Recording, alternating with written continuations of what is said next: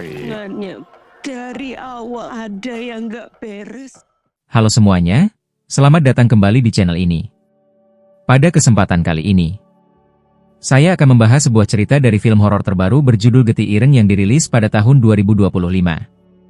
Getih Ireng mengisahkan tentang pasangan suami istri, Pram dan Rina, yang pindah ke Wonosobo untuk memulai kehidupan baru. Namun, mereka terganggu oleh teror supranatural yang menyebabkan Rina mengalami keguguran secara berulang. Teror tersebut terungkap sebagai praktik sihir bernama Getih Ireng, yang merupakan ilmu hitam yang menyerang darah dan keturunan karena ada dendam yang tertinggal dari masa lalu. Rina terus-menerus dihantui oleh sosok kakek misterius dan fenomena aneh seperti suara tangisan bayi serta kemunculan darah yang mengganggu rumah mereka. Situasi ini mendorong pasangan tersebut untuk mencari solusi dari kutukan yang menimpa mereka. Jadi, bagaimana cerita selanjutnya? Tanpa banyak memberitahu sebelumnya, mari kita langsung saja ke pembahasannya. Film ini dimulai di Solo pada tahun 1980. Cerita dibuka dengan menunjukkan kepada warga yang sedang bersiap-siap untuk melaksanakan acara siraman untuk seorang wanita bernama Rina. Proses ini bertujuan untuk mandi calon pengantin menggunakan air yang telah dicampur dengan bunga dan ramuan lain sebagai simbol pembersihan dan kesucian sebelum menjalani hidup yang baru. Ibu Rina, Bu Ambar, memastikan semua persiapan berjalan baik, mulai dari jamuan kue untuk para tamu hingga kebutuhan kuliner untuk makanan berat, dan yang paling penting, air untuk acara siraman. Ia memasuki kamar Rina dan memuji kecantikannya, mengatakan bahwa almarhum bapak pasti akan senang jika ia masih ada saat ini. Ambar juga mencatat bahwa setelah menikah, ia tidak bisa lagi menjaga Rina. Menikah itu bukan sekadar ikatan janji dan pesta, tetapi juga perjalanan yang panjang. Kamu harus memastikan tidak ada yang mengganggu di masa lalu. Jika ada urusan yang belum selesai, baik dari pihak kamu atau calon suamimu, itu harus diselesaikan. Namun, Rina merasa cukup percaya diri bahwa semuanya telah beres. Setelah ibu pergi, Rina melihat ke cermin dan memamerkan kecantikannya kepada Mimin. Namun, tiba-tiba cermin mulai retak. Dan foto Rina bersama calon suaminya jatuh. Tidak hanya itu, listrik padam membuat Rina merasa tidak nyaman. Ia keluar dari kamar untuk memastikan jika memang aliran listrik mati. Ambar meminta tetangga untuk memeriksa masalah listrik tersebut. Melihat Rina keluar, Ambar menyuruhnya kembali karena itu hanya masalah kecil setelah masuk ke dalam kamar. Anehnya, foto keluarga Rina yang sebelumnya jatuh kini mulai hancur berkeping-keping. Rina melihat sosok berpakaian hitam melintas di depan kamarnya. Dan ia pun keluar untuk mengejar sosok misterius itu. Namun, ketika mendekati sosok tersebut, ia tiba-tiba menghilang dan bersembunyi di balik bingkai foto. Rina melihat jejak kaki hitam yang mengarah ke tempat siraman. Dia sangat terkejut saat melihat air dalam kendi itu telah berubah menjadi darah hitam. Atau dalam bahasa Sunda disebut getih. Rina berteriak ketakutan ketika melihat ada satu pejabat mengambang di permukaan air. Mereka yang ada di sekitar tidak paham apa yang sebenarnya sedang terjadi. Salah seorang tetangga, sebut saja Samsul, mengambil bangkai tikus itu dan membuangnya. Samsul merasakan bahwa ini bisa jadi pertanda buruk dan akhirnya film pun dimulai. Cerita kemudian berpindah ke Wonosobo pada tahun yang sama. Saat ini, Rina telah resmi menikah dan suaminya bernama Pram. Sebelum menikah, Rina sebenarnya bekerja sebagai manajer di kota tersebut. Setelah menikah, ia memutuskan untuk mengundurkan diri dan fokus menjadi ibu rumah tangga. Posisi manajer yang ditinggalkannya kini diisi oleh suaminya. Pram menyampaikan rasa terima kasih kepada istrinya yang mau melepaskan karirnya demi dirinya. Rina merasa baik-baik saja. Terlebih lagi, ia telah merasa lelah jika harus berpindah-pindah tugas terus-menerus. Tiba-tiba, Rina teringat tentang acara siraman yang berlangsung beberapa waktu lalu. Pram mengatakan bahwa hal-hal gaib itu tidak nyata. Cermin yang pecah disebabkan oleh kualitasnya yang rendah, mati listrik akibat korsleting. Dan foto jatuh mungkin saja karena angin. Mengenai air untuk siraman, Ambar berkomentar bahwa dia sering bertengkar dengan tetangganya dan mungkin dia iseng mengubah air siraman menjadi hitam. Tapi sampai saat ini semuanya baik-baik saja. Masih banyak hal lain yang harus kita pikirkan. Salah satunya adalah mempersiapkan untuk memiliki 11 anak. Singkat kata, mereka berdua sampai di rumah dinas. Di tempat itu, Pram dibantu oleh Pasri Budar dan Pak Muri. Mereka berdua diperintahkan oleh kantor untuk membantu membersihkan rumah saat datang. mereka menemukan jejak kaki hitam di dalam rumah. Tak ada yang tahu karena Pak Muri sudah mengepel lantai tersebut sebelumnya. Ini membuat Rina khawatir karena jejak kaki itu mirip dengan yang ada di acara siraman sebelumnya. Di malam hari, mereka sulit tidur karena merasa panas hingga keringat membasahi baju mereka.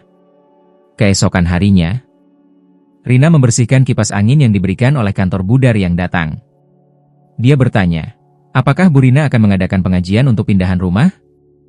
Jika iya, Pak Muri dan tetangga lainnya siap untuk membantu. Rina pun memberi jawaban, iya. Kemudian Budar bertanya, dari mana asal kipas angin ini? Rina menjawab, ini dari kantor. Karena semalam mereka berdua merasa kepanasan, Budar merasa aneh karena di sini jarang ada yang merasakan kepanasan. Terlebih lagi, tempat ini adalah desa yang biasanya lebih banyak merasakan kedinginan. Dia berpikir ada kebenaran dalam apa yang dikatakan Budar. Pada malamnya, Rina dan Pram pun mengadakan pengajian.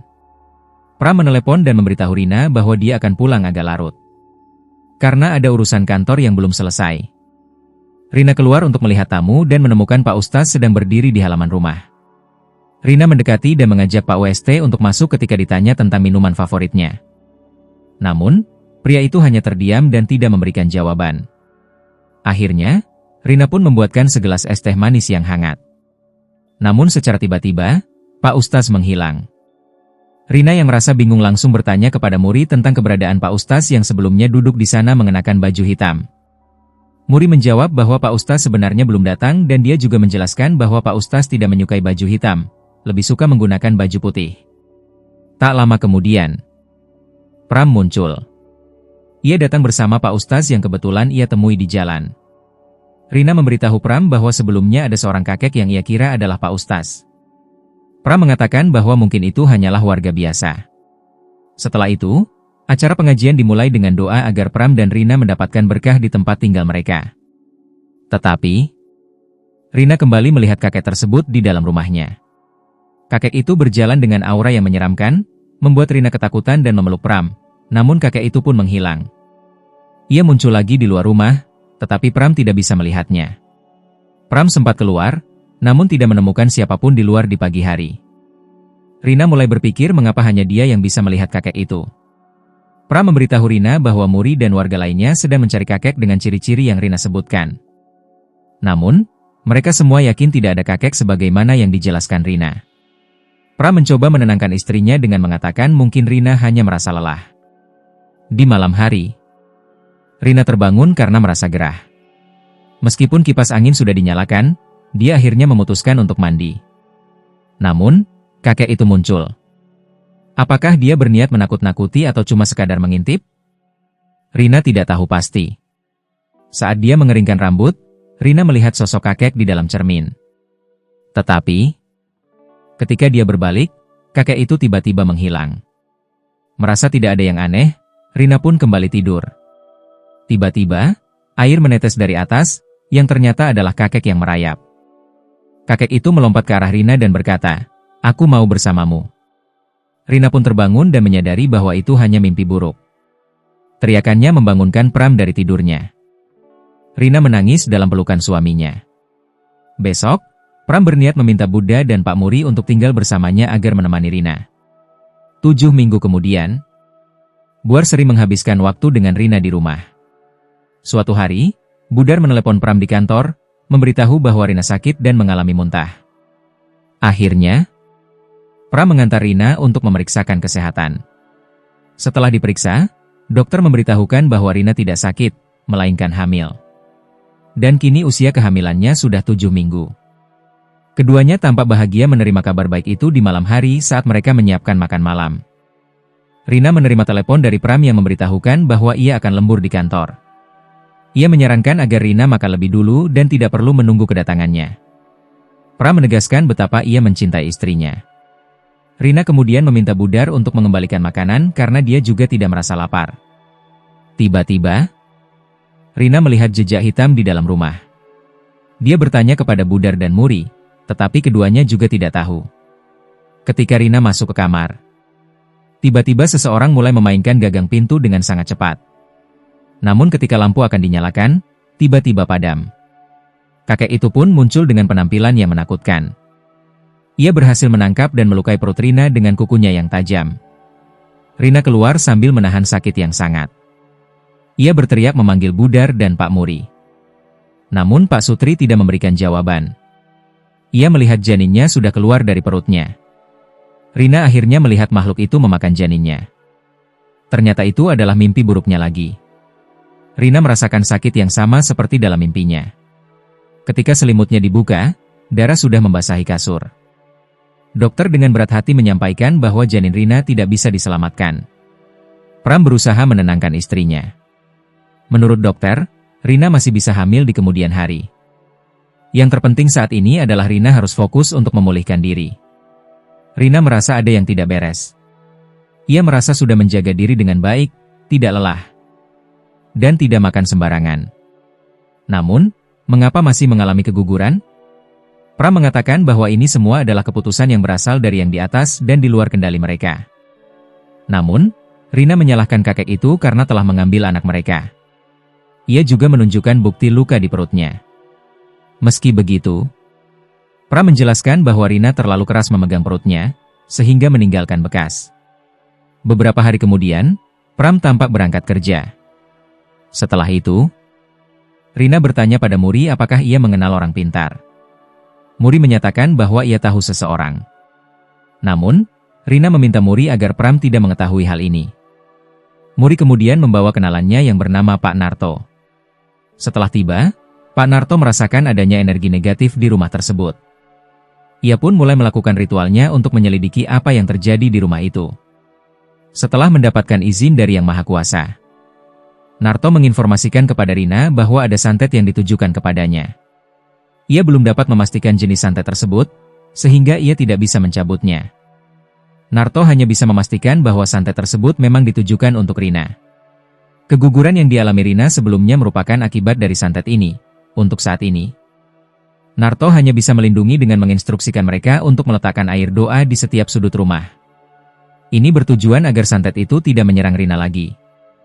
Yang paling penting, Rina harus tetap menjalani sholat 5 waktu dan memohon perlindungan dari Tuhan Yang Maha Esa. Beberapa bulan kemudian, Muri berencana mengganti bunga yang sudah layu dan dimakan ulat. Tanpa sengaja, hal ini membuat Pram menemukan botol air doa yang tersembunyi di belakangnya. Pram bertanya kepada Muri. Namun, pria itu berbohong dan mengaku tidak tahu. Singkat cerita, Pram akhirnya menemukan semua botol tersebut. Ia terkejut mengetahui bahwa Rina secara diam-diam membawa orang berilmu ke rumahnya. Rina menjelaskan bahwa itu semua dilakukan untuk melindungi kita. Terbukti sekarang kakek tersebut tidak pernah muncul lagi dalam mimpinya. Namun Pram sekali lagi menegaskan bahwa hal-hal gaib tidak ada. Pram tidak ingin ada barang semacam itu di rumahnya. Merasa kesal, Pram melempar botol itu ke tempat sampah malam itu saat berada di ruang kerjanya. Tiba-tiba, ia terkejut karena jendela terbuka karena angin. Ia tidak menyadari bahwa kakek itu telah kembali masuk ke rumahnya. Di tengah malam, Rina terbangun karena haus. Saat ia hendak kembali ke kamar, sosok jahat itu muncul dan mulai mengganggu Rina. Jeritannya membangunkan Budar dan Muri dari tidur mereka. Rina segera membangunkan Pram agar melihat kakek itu. Untuk pertama kalinya, pria itu percaya dan melihat kakek tersebut secara langsung. Lalu Pram keluar untuk mengejar kakek itu. Kakek tersebut berada di atap dan tiba-tiba menghilang. Pram meminta Muri untuk memeriksa bagian atas. Tak disangka, Muri menemukan sebuah paket di sana. Keesokan harinya, Narto datang lagi untuk memeriksa barang tersebut. Ternyata benda itu adalah pengiriman santet berupa tanah dari kuburan dan darah tikus berwarna hitam. Santet ini dikenal sebagai santet getih ireng. Santet ini menyasar keturunan dan darah. Jadi, jika Rina hamil di kemudian hari, kemungkinan besar akan mengalami keguguran. Narto hingga kini belum mengetahui siapa yang mengirimnya. Namun, orang yang mengirim santet ini pasti memiliki perasaan sakit hati dan dendam yang mendalam. Santet ini juga sangat sulit untuk dihilangkan. Satu-satunya cara adalah menemukan benda yang menjadi sumber kekuatan santet tersebut. Barulah ritual pencabutan bisa dilakukan. Biasanya, benda itu ditanam di rumah orang yang mengirim santet. Narto bertanya kepada Rina apakah ada orang yang pernah tersakiti oleh dirinya di masa lalu. Setelah berpikir, Rina mengingat satu nama. Sebelum menjalin hubungan dengan Pram, Rina pernah berkencan dengan seseorang bernama Yudi. Ia tidak pernah menceritakan hal ini karena tidak ingin mengingatnya. Yudi sangat terobsesi padanya. Pram pun bertanya di mana Yudi sekarang. Rina menjawab bahwa dia dan Yudi berkencan selama 6 bulan ketika mereka berada di Semarang. Ketika kami memutuskan untuk berpisah, dia tidak terima. Dia terus mengikuti dan mengganggu aku hingga semuanya berhenti ketika aku pindah ke Solo dan bertemu denganmu. Sejak saat itu, aku tidak pernah mendengar kabarnya lagi. Dia pernah mengatakan bahwa dia tidak akan tinggal diam jika aku menikah dengan orang lain. Rina yakin semua ini adalah ulah Yudi. Mereka berdua sepakat untuk mencari Yudi dan meminta agar santetnya dicabut. Singkat cerita, Pram menemukan alamat Yudi berdasarkan petunjuk dari Narto dan bertanya kepada ibunya. Namun, ternyata 6 bulan lalu Yudi mengalami musibah. Tebing di tambang kapur tersebut longsor dan merenggut nyawanya. Pram singgah di rumah kepala desa setempat untuk memberitahu Rina. Jika bukan Rina, mungkin ada orang lain yang tidak menyukai ibunya. Namun Rina merasa ibunya tidak mungkin memiliki saingan. Beberapa tahun kemudian, Ibu Ambar menemani Rina di rumahnya dan kini Rina kembali hamil. Saat ia menutup jendela, Rina melihat ada darah hitam di lantai, tanda bahwa air doa dari Narto tidak bisa bertahan lebih lama. Iblis itu pun mempertahankan diri melawan Narto. Meskipun di saat itu iblis tersebut berhasil melukai Rina di bagian perut. Akibat dari hal tersebut, Rina mengalami kontraksi dan mulai bersiap untuk melahirkan anaknya. Sementara Narto mengalami tekanan, dia membiarkan dirinya menghadapi Balmond dan beruntung anak mereka akhirnya bisa muncul ke dunia. Iblis itu pun untuk sementara waktu bisa diusir. Di rumah sakit, Narto mulai memahami pola dari santet getih ireng pada awalnya. Iblis itu telah mengambil anak mereka saat usia kehamilan 7 minggu. Tadi malam, iblis itu kembali muncul tepat saat usia kandungannya 7 bulan. Dan nantinya, ia akan kembali lagi ketika anak mereka berumur 7 tahun, yang mereka namakan Dewi. Singkat cerita, cerita beralih ke tahun 1988 atau 7 tahun setelahnya. Dan benar saja, malam itu iblis itu datang lagi dengan kemarahan yang sangat tinggi.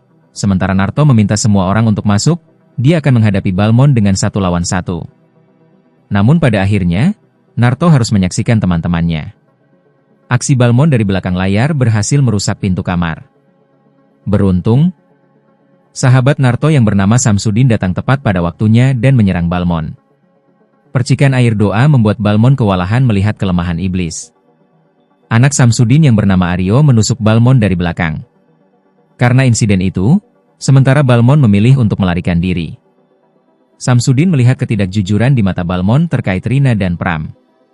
Rina merasa bahwa tidak ada lagi yang bisa disembunyikan. Akhirnya, Pram pun menceritakan tentang masa lalunya. Ada seseorang yang kecurigaannya bahwa orang tersebut mengirim santet ini. Sejak Yudi meninggal, Pram meyakini bahwa orang ini mungkin pelakunya. Pram membagikan ceritanya kepada Narto dan ia cukup yakin bahwa orang tersebut adalah pelakunya, bernama Mawar. Pram juga mulai menceritakan tentang masa lalunya. Solo, Jawa Tengah, tahun 1980. Mawar dulunya adalah rekan kerja Pram di kantor. Bahkan, karena kedekatan mereka, mereka sering melakukan kegiatan mencuci baut bersama-sama. Mawar bertanya, apakah kamu yakin dengan Rina? Sudah 2 tahun berpacaran tetapi tidak satu tempat. Dia sering bepergian ke luar kota, berpindah tempat, dan sering mendapatkan promosi. Tidak mungkin dia akan meninggalkan pekerjaannya untukmu. Sementara itu, aku di sini bersedia melepaskan segalanya. Melepaskan pekerjaan, melepaskan pakaian, dan siap untuk menjadi istrimu. Namun pada satu hari, Pram memutuskan untuk menikahi Rina. Mawar sangat marah dan tidak bisa menerima berita itu.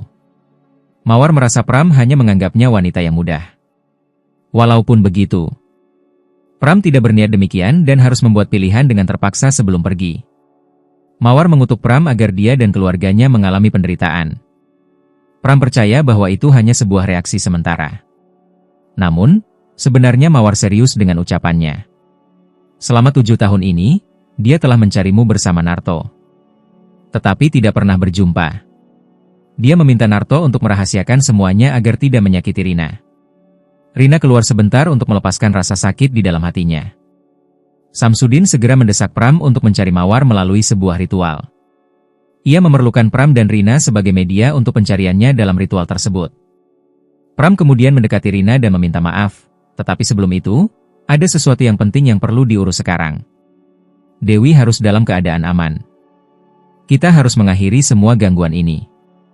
Singkat cerita, ritual pun dimulai. Setelah mengucapkan beberapa kata-kata aneh, jimat menunjukkan lokasi di peta yang berada di antara Magelang dan Wonosobo. Tanpa membuang waktu, Pram dan Samsudin pun berangkat. Sementara Aryo akan tinggal untuk menjaga keluarga tersebut. Singkat cerita, mereka akhirnya sampai di rumah Mawar. Samsudin mulai meramal dan menemukan di mana benda tersebut dikuburkan. Ia kembali ke mobil untuk mengambil sekop. Dan tiba-tiba Mawar menyerangnya dengan batu mainan dari belakang. Pria itu pun diarahkan oleh Pak Sutradara untuk berpura-pura pingsan. Begitu juga Pram yang lengah hingga terjatuh, dan dia pun tersadar dalam keadaan terikat. Samsudin juga mengalami hal yang sama, namun dia masih merasa santai di posisi tidurnya. Mawar terkejut ketika Pram berhasil menemukannya. Ia memuji keahlian Samsudin yang sangat terpercaya. Mawar merasa senang selama 7 tahun ini bisa melihat Pram dan keluarganya menderita. Disinilah Mawar berniat menghabisi Samsudin dengan sebuah pisau. Namun beruntung Pram menyerang sehingga wanita itu pingsan. Dengan pisau tersebut, Pram mampu melepaskan ikatannya.